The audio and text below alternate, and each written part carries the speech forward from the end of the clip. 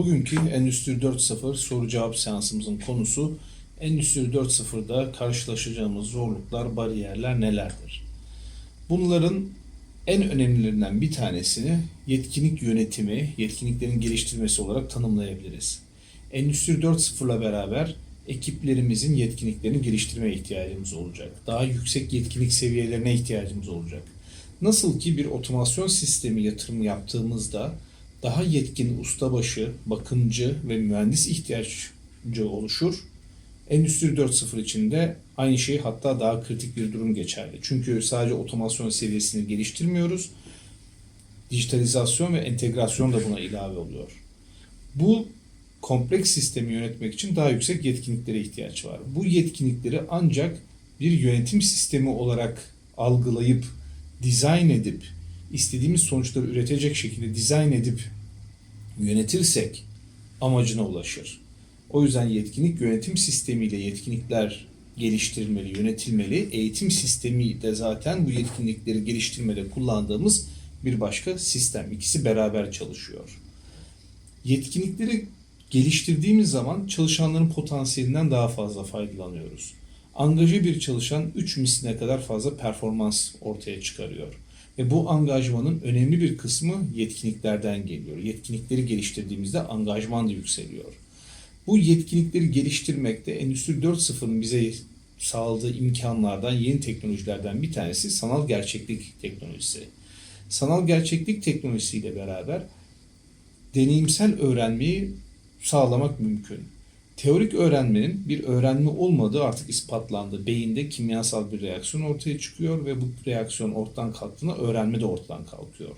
Halbuki deneyimsel öğrenmeyle beyinde fiziksel reaksiyon ortaya çıkıyor. Fiziksel bağlar kuruluyor ve bu bağlar gerçek öğrenmenin kalıcı olmasını sağlıyor. Biz de bu yetkinlikleri geliştirmenin en kolay, en verimli yöntemlerinden bir tanesi olarak sanal gerçeklik eğitimlerini görüyoruz ve bunları uyguluyoruz. Sanal gerçeklik eğitim sistemiyle birlikte yetkinlikleri geliştirmek için herhangi bir kaynağı da meşgul etmenize gerek kalmıyor. Bu kaynaklar neler?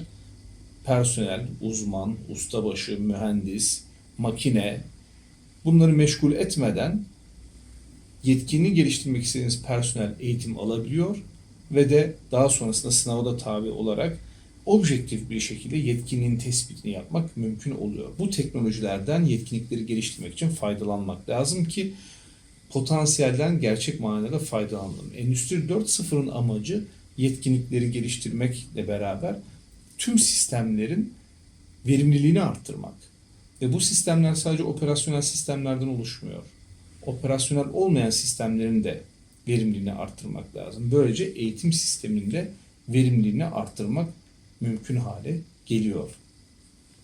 Biz yetkinlikleri geliştirdiğimiz takdirde çalışanlar potansiyelini daha iyi ortaya çıkarabilecek, daha yüksek angajmanla, daha yüksek yetkinlikle daha verimli çalışabilecekler ve haliyle sürekli iyileşme de daha hızlı gerçekleşecek.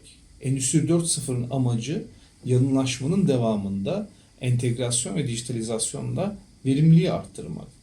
Bunu sağlamak için de yetkinlikleri gerçekleştirirsek o yolda ilerlemek mümkün olacak.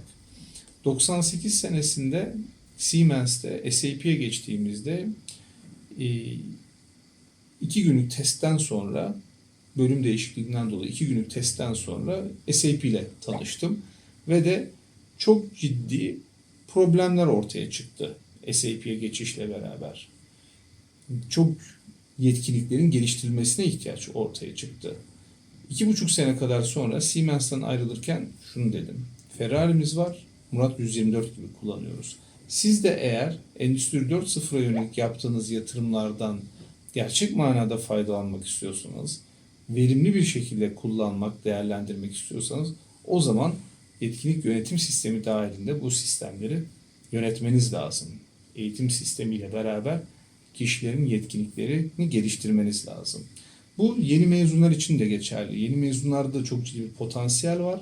Bu potansiyelden faydalanmak için de yetkinliklerini geliştirmek lazım. Aksi takdirde firma yetkinliği nasıl geliştireceğini bilmezse, çalışan da yeni mezunsa hele yetkinliğini zaten nasıl geliştireceğini bilemiyor.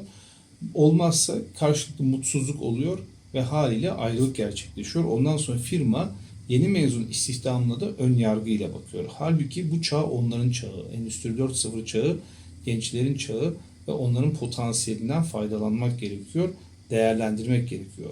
Yetkinliklerini arttırarak değer üretmelerini sağlamak, firmanın amaçladığı, hedeflediği sonuçlara sürdürülebilir bir şekilde ulaşmasını sağlamak gerekiyor. Yetkinlikleri geliştirmeden Endüstri 4.0 olmaz. Bugünlük bu kadar. Esenlikler dilerim.